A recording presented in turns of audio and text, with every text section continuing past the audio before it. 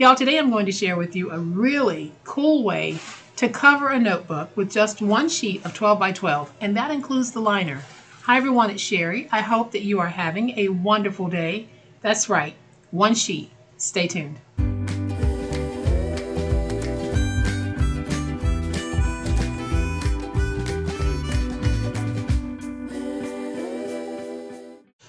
Welcome to my channel, friends. I am so glad that you are here today. Thank you all so much for supporting me, being so positive in the comments, just encouraging and helping each other to become better paper crafters.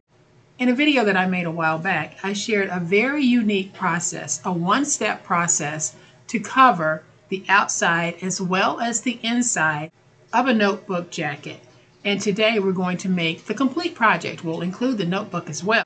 But I wanted to revisit this one because we do have a lot of new friends to the channel who might not have seen this video, and a redo of it will be very helpful because we are in notebook making season. A lot of you are prepping for craft fairs, and I think that this is a great craft fair item.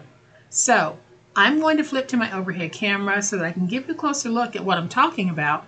But y'all know what time it is. It's time to make it. All right, y'all, so here's the one that I've already made, and I used a 4x6 notepad, and we have a beautiful, beautiful jacket cover, and when you open it, you can see that we have a beautiful inside as well. Now, the paper that I'm using on this is only available on my daughter's website. So when you make a purchase from her website during the month of August, you're going to get these 4 patterns, 8.5 by 11, and you'll be able to use those to make a variation of what we're using today. Today I'm making 12 by 12, but you'll have these 4 beautiful patterns that you can use on a project like this or another project. But when you make any purchase from her site, you'll get these 4 patterns mailed to you. These are not digital downloads. These will be printed and mailed to you. So you'll get these 4. When finished, the project that I'm making today is going to measure 4.25 by 6.25, and it's 1 inch deep. And it opens like this. We have one of the blank Dollar Tree notepads on the inside. We have a pocket, and then I added a little saying over here as well. Here is what we're going to need to make it.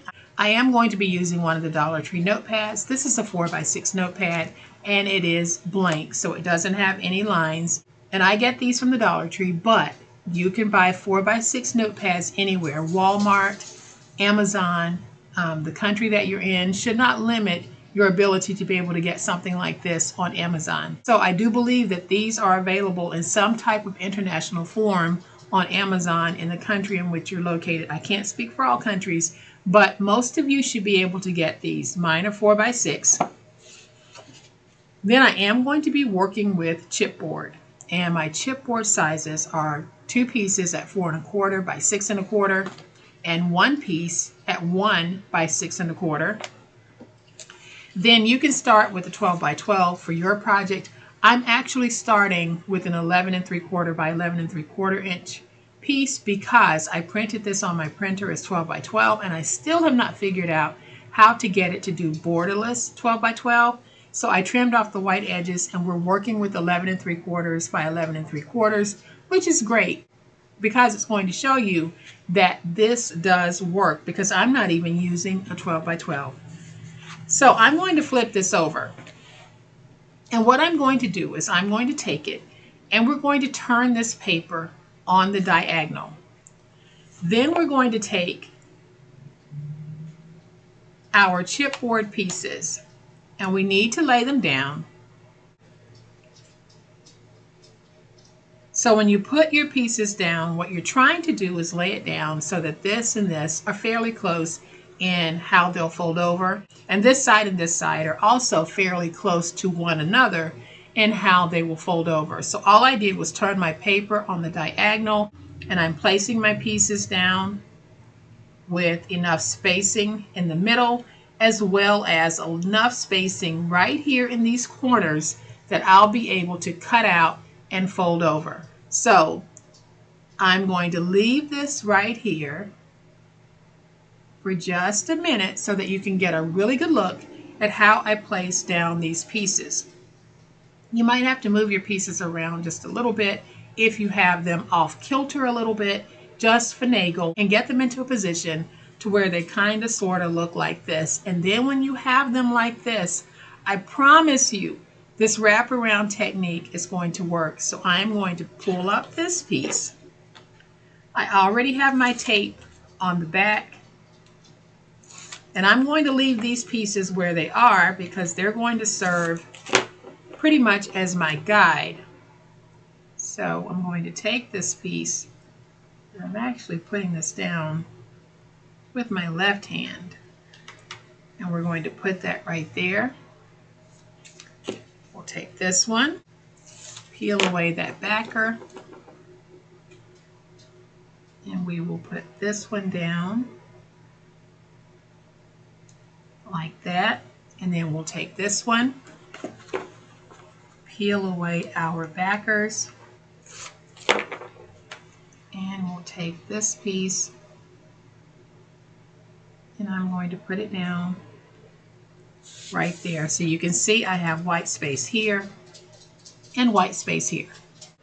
Then I'm going to take my stylus, press it against the chipboard, and just press it into the paper to work that initial score.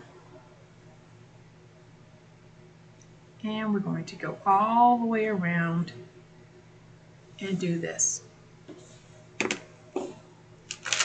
So now we can stand up and fold over and train our paper to fold over.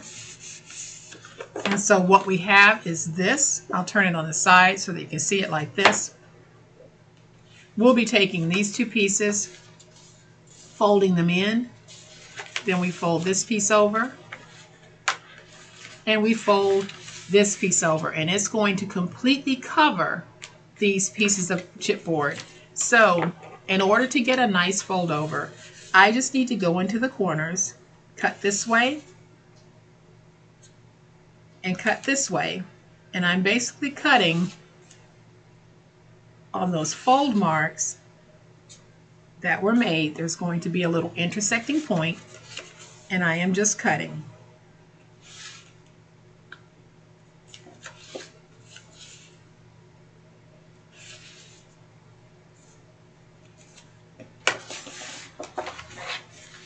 So all the way around, you're going to have 4 points that you have cut out, tiny, tiny triangles. Now I'm going to take my tape, and I'm just going to cover this chipboard in tape. And now my piece looks like this. The next thing that I'm going to do is I am just going to take some tape, and we're going to place some tape on the 2 larger flaps.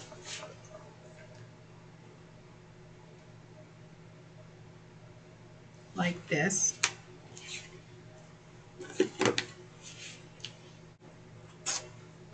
So now we are going to peel away our tape backers, and I'm going to take these side pieces, and we're going to pull them and fold them over like that. And then I'll take this side piece, pull it, fold it over like that. Sticky, sticky tape. Then I'm going to remove my tape backers from here, as well as here. Let's go ahead and take this piece and get it folded over, pulling it nice and tight.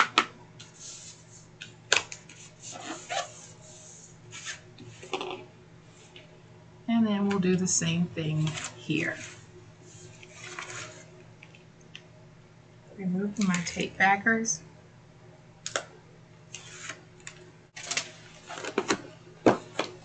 We will fold over and get this nice and tight. And you can see that we have coverage using one sheet, front and back. And my sheet wasn't even a full size 12 by 12. That's how you know the coverage process will work, because I used a sheet smaller than a 12 by 12. Mine was 11 3/4 by 11 3/4. So that 12 by 12 is definitely going to work. Now I'm just going to take my big old spatula and start working my spine. And I am going to get in there really well. And we'll do it from this side as well. Go in there, really work that spine.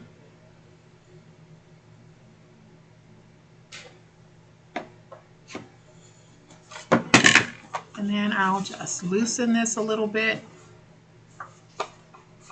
just by doing this. And y'all, I think this paper is just absolutely gorgeous. It makes a beautiful, beautiful cover. So now I'm going to bring in my notepad to cut a piece that is 4 by 5 3/4.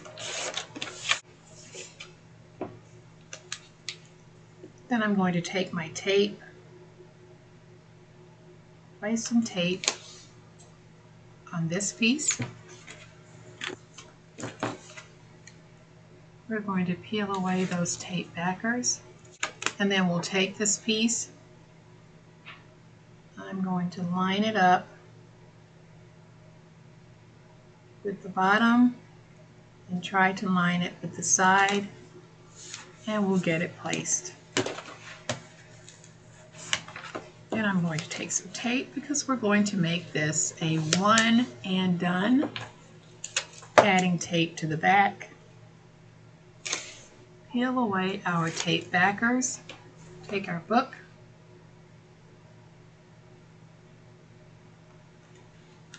And put that book in just like that. You can add some crinkle seam binding if you want to have a closure on this. I'm going to leave this as is, and I'll share a tip with you in just a minute on how we can get it to stay flattened. I'm going to grab a couple of cut aparts and just add some tape to the back.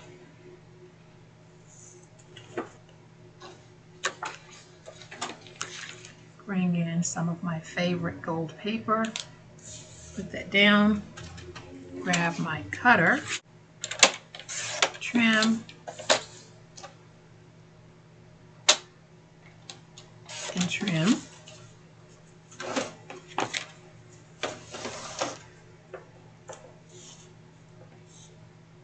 Add some tape to the back. I'm going to take this piece and put it on the front because I like the saying. The saying is, do everything with love. So let's put that right there. Then I have another cut apart that we're going to add some tape to the back. Bring in some more gold. Put this on like this. And if you're looking for a great place to get cut aparts or journaling pages that are also known as cut aparts, go ahead and check out scrapbook.com because they will have plenty. And I am going to take this and add tape to the back. And we're going to take this and put it right there. Then I have this little piece here that I'm just going to add right there. Put this on my gold.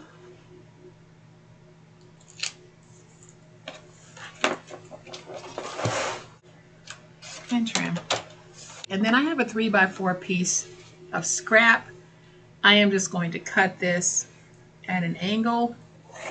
We are going to add some glue to this side and this side. And I'll take this